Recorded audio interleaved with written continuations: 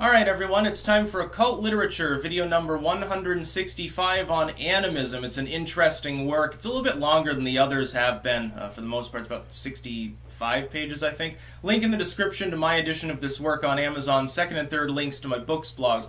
This is a work essentially from the proto-eugenics era anyway.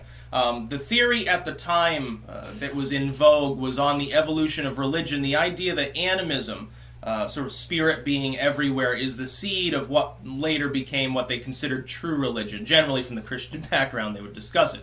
The idea was that at first, the idea was specifically dream-related in many cases. They said, hey, a person would be able to cognate even at that time. Just because a person is motionless doesn't mean that there's no spirit there. They're dreaming. They would see things in their mind and assume, in some cases, and this is true, that they were real.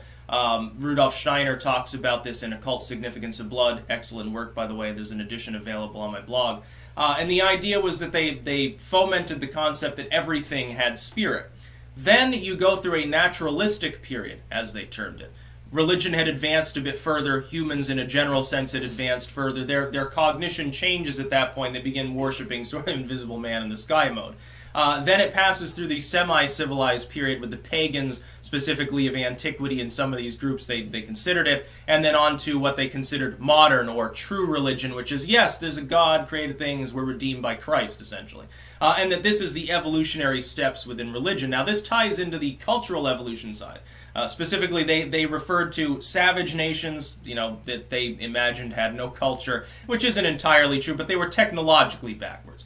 Then barbarous cultures that were, they may have advanced to some degree, but they generally were considered uncouth, backwards in their thinking, maybe technologically adept, but backwards in their cognition, or vice versa. Then there were nations that they considered semi-civilized, and they developed this particular category mainly for Native Americans because of the noble savage mythology. They're like, oh, well, yeah, but, these people, they have such a noble spirit around them and stuff. And so they said, okay, they're not really barbarians or anything. They're interesting people. And then they, of course, at the top, they have basically the Anglo-Saxons or Germanic, Norse people. And it's always very interesting and in essence. There is a little bit of maybe ethnocentrism. There's a bit of race mentality in here. But at the same time, some of the things that it speaks of specifically are technically true or accurate, I would say, which is that there were some groups of people, and this is discussed within linguistic anthropology today, that missed certain, well, they don't miss them, but they lack certain awarenesses. For instance, color. We would think there are tribes out there that don't have a word for the color blue. There are tribes out there that literally only have the word shiny or dry for color. Like if they looked at this screen, they wouldn't be seeing it in terms of the colors there. They'd be seeing it in terms of the contrast and how shiny things were. Literally how reflective or how wet they looked. Because that's just sort of the way their language is developed. And so if you start talking about the color wheel to them, they're going to be like, what are you talking about? They all look the same to me. They're just like different shades of gray, essentially. It's not that they can't visibly see them. It's the terminology is lacking. Likewise, there's a similar lacking terminology for certain concepts within earlier spiritual systems. Now, they always assumed, hey, their assumption at the time when they were studying these cultures is, hey, these are like throwbacks to earlier eras. They didn't realize they had still evolved. It's just they had taken a different pathway from maybe the the European diaspora. So it was rather interesting. I will say this, there are some interesting stories in here that show the gullibility actually of some of the white colonials when they moved, especially into India and Africa.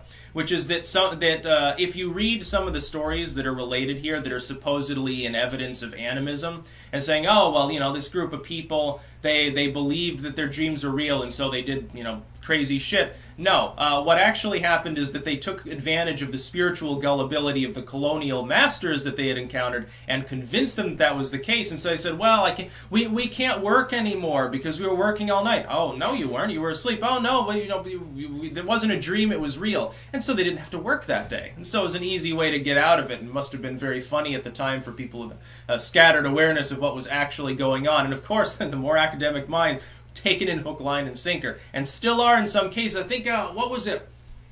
I can't exactly remember. I was being related a story when I was studying anthropology, actually, that was along those lines, and it had something to do with like students, younger, like, undergrads were doing field work, and they were talking to this tribe and trying to get the names of their dead ancestors, which in their culture was done with great reverence. You wouldn't speak generally their actual name, you'd allude to it. And they were giving them names like buttface and asshole and stuff like that. And it just shows, and it was taken seriously and you know, part of the work, and it was totally useless. They had to go back and redo it all. And this shows, you know, academic gullibility can be actually a problem. So for those that are interested in anthropology, look at this as a period piece. For those that are more occult-minded, it is an interesting theoretical system. Now, it's partially outdated. Again, some of these references are obviously bunk. However, the basic schema can be used. You can organize cultures along that evolutionary lineage of religion. It's just that, of course, generally speaking, we don't say, well, you know, Christendom is the ultimate highest goal of religion. It's like, you know, there are religions that have been invented thereafter, which is even funnier. This is, you know, the time where Mormonism is still young and there is no Scientology, so to speak. And so that particular religiocentric system maybe wouldn't be in vogue now. But you can look, yes, indeed, early man had different views of the spiritual. It did take certain concrete steps generally over time, and then diverges, and then you get muddied waters after that naturalistic period. What they're calling the late natural, naturalistic period, or semi-civilized or whatever, is actually just cultural divergence that overlaps onto religion. You know, religion's going to evolve differently on an island where it doesn't make any sense. It doesn't make sense to worship the snow god if you're on a tropical island, so to speak, and so interesting things happen. And as before, a link in the description of my edition of this work on Amazon, second and third links to my books, blogs. Again, you'll like this if you're interested at all in anthropology, history. If you're into like studying the proto-eugenics movement, kind of interesting. It is a little bit racially tinged, but you know, not that much for work of the period. It has more appreciation for some of these groups. Some of them are a little bit vicious, in all honesty. That's about all. Peace out.